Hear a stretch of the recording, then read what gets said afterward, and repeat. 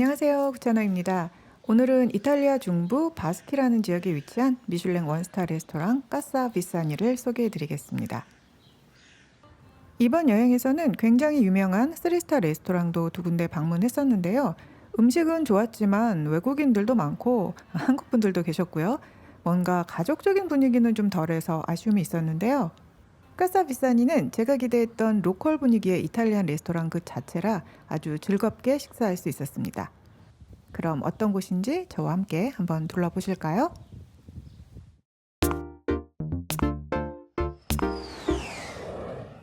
큐 까사비사니는 오르비에토에서 30분 거리에 있는 바스키라는 지역에 위치하고 있습니다.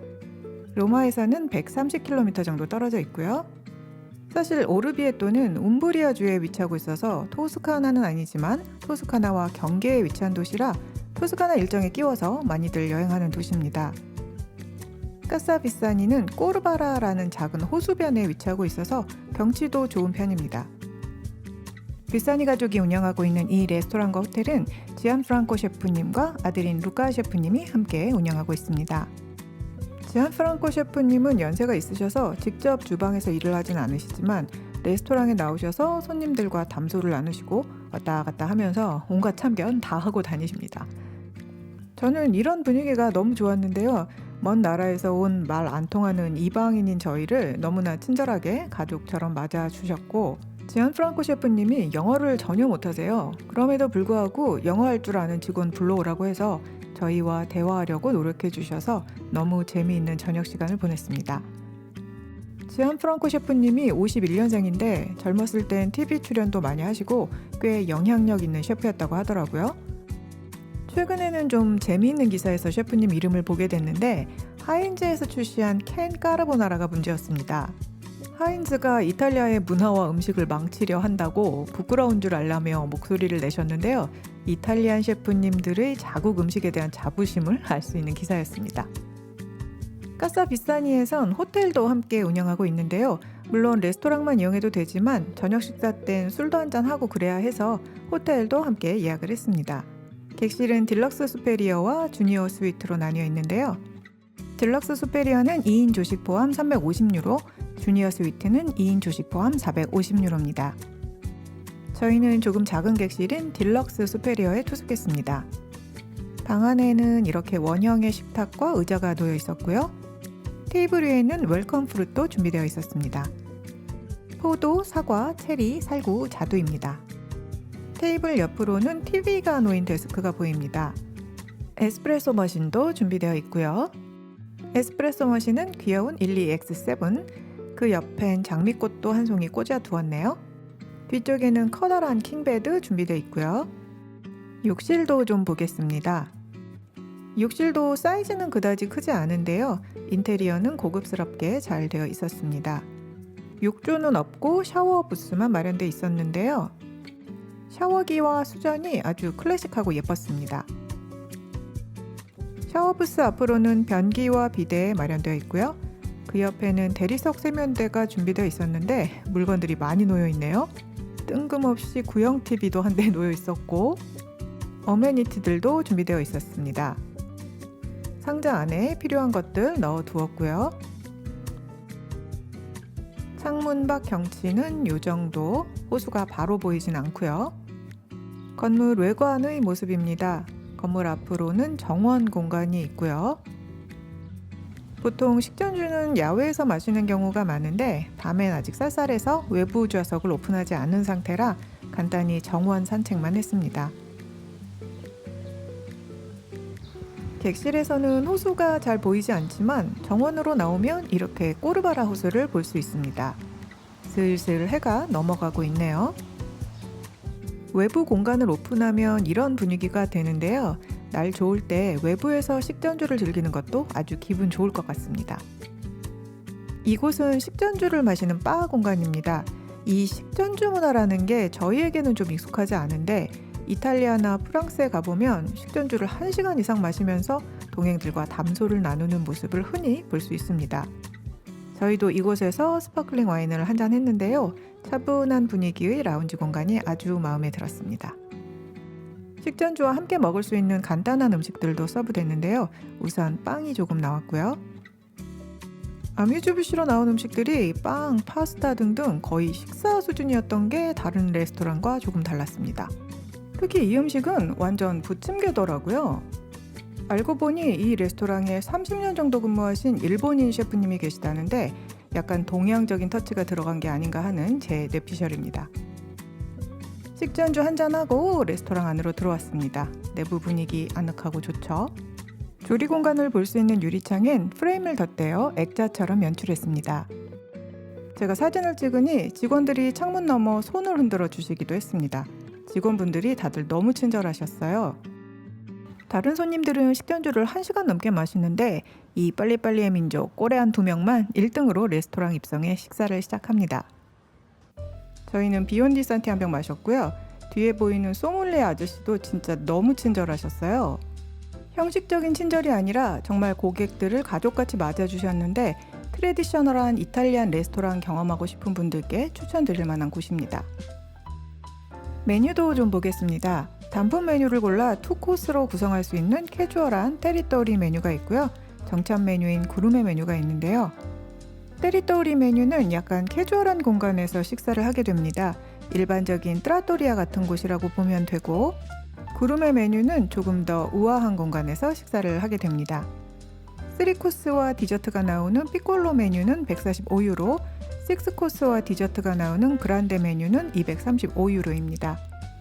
단품으로 주문할 수 있는 추가 메뉴들도 있고 시즌에 따라 특별 코스가 준비되기도 합니다. 저희는 그란데 메뉴를 주문했는데요. 양이 좀 많긴 했지만 여길 언제 또 와보겠나 싶어서 그냥 주문해 보았습니다. 우선 아티초코를 곁들인 계란 요리입니다. 제가 음식 설명도 좀 녹음을 했는데 촬영 앱으로 사용하는 블랙매직 카메라가 오디오 수음이 좀 불안정해서 음성이 담기질 않았습니다. 그림만 보셔야 할 것 같고요. 다음 요리는 참치바 위에 솔티드 캐러멜과 아스파라거스를 얹은 요리입니다. 맛이 없을 수가 없는 조합이죠. 그 다음 디쉬는 어린 암소 타르타르 위에 캐비어를 얹은 요리입니다. 소스는 라임 소스고요. 다음 프리모 삐아띠로 나온 디쉬는 메밀로 만든 카펠레티입니다. 또르텔리니 같은 일종의 만두 요리인데 동네마다 이름이 좀 다르다고 하네요.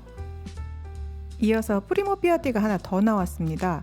리조또인데 양이 너무 많더라고요. 그래서 다음 디쉬를 위해 밥만 먹고 남겼더니 루카 셰프님이 득달같이 달려나와서 맛이 없냐며 묻더라고요.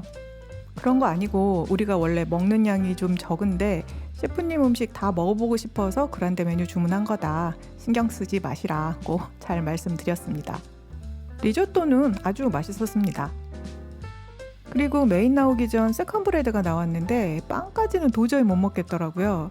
사실 3코스면 충분한데 해외 미슐랭 레스토랑 오면 여기 또 언제 올까 싶어서 무리해서 과식을 하게 되는 것 같습니다. 근데 이러면 또 컨디션 조절에 문제가 생기는 수가 있어서 앞으로는 좀 자중하려고 합니다. 세컨디 피아티는 송아지 스테이크가 나왔는데요. 메시 포테이토, 견과류와 함께 나와서 아주 고소하고 맛이 좋았습니다. 그리고 프리디저트로 나온 것은 누가바 맛 나는 초코 아이스크림 바. 달달한 아이스크림으로 입안을 한번 정리해주고요. 디저트 나올 쯤 해서 루카 셰프님이 다시 테이블 인사를 나오십니다. 남편이랑 사진도 한 장 같이 찍었고요. 루카 셰프님은 영어를 잘하셔서 간단한 소통을 하는 데에는 큰 어려움이 없었습니다. 지안프랑코 셰프님과 사진 찍는 것을 깜빡해서 그건 좀 아쉽네요. 마지막으로 메인 디저트, 케이크 종류였던 것 같고요. 오디오가 날아가서 지금 정확히 기억이 잘 안 나네요. 그리고 뿌띠푸르들은 이렇게 스푼에 제공됩니다. 까눌레도 보이고 크림브릴레도 보이고 타르트 종류도 있고요. 뭐가 또 한 상 깔립니다. 이거 어떻게 다 먹죠? 찐맛 초콜릿입니다. 원하는 것을 골라 먹으면 되는데 저는 욕심 부리지 않고 2개만 골랐습니다. 다음 날 아침입니다. 아침은 룸서비스 형태로 제공을 해주는데요. 전날 원하는 음식을 미리 주문할 수 있습니다. 이탈리아에서 아메리카노를 시키면 에스프레소와 따뜻한 물을 내어줍니다. 이렇게 물 섞어서 드시면 되고요. 이날은 저희가 한국으로 돌아가던 날이라 짐 싸고 어쩌고 정신이 없어가지고 제가 영상을 많이 못 찍었더라고요. 까사 비사니에서의 하루 정말 즐거웠고요. 아침까지 잘 먹고 체크아웃 했습니다. 그리고 로마로 돌아가기 전 오르비에토에 잠시 들렀습니다. 먼저 서쪽 주차장에 주차를 하고 마을로 들어갑니다. 주차장에서 올라오는 엘리베이터도 있고 엘리베이터 옆 성벽 따라서 멋진 경치가 보이는 포토 스팟도 있습니다. 사람도 별로 없고 여기서 사진 찍으면 나름 괜찮게 나옵니다.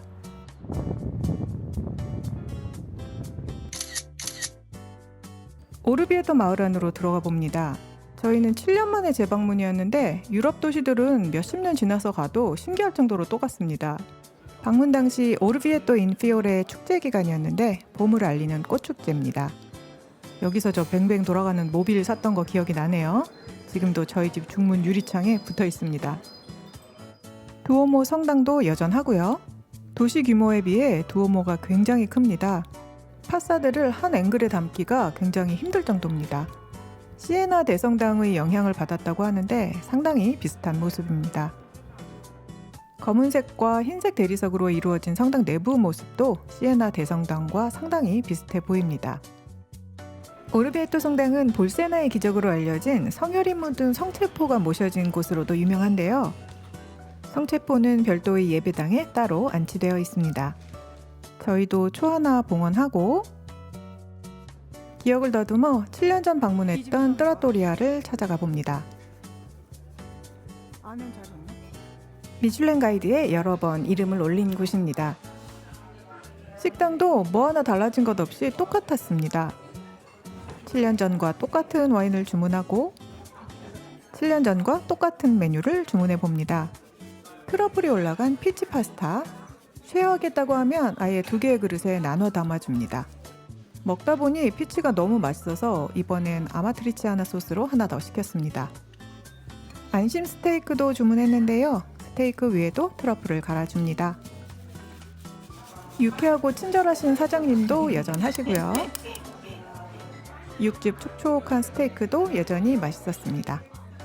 에스프레소로 식사 마무리. 짧은 추억 여행을 마치고 이제 로마로 돌아갑니다.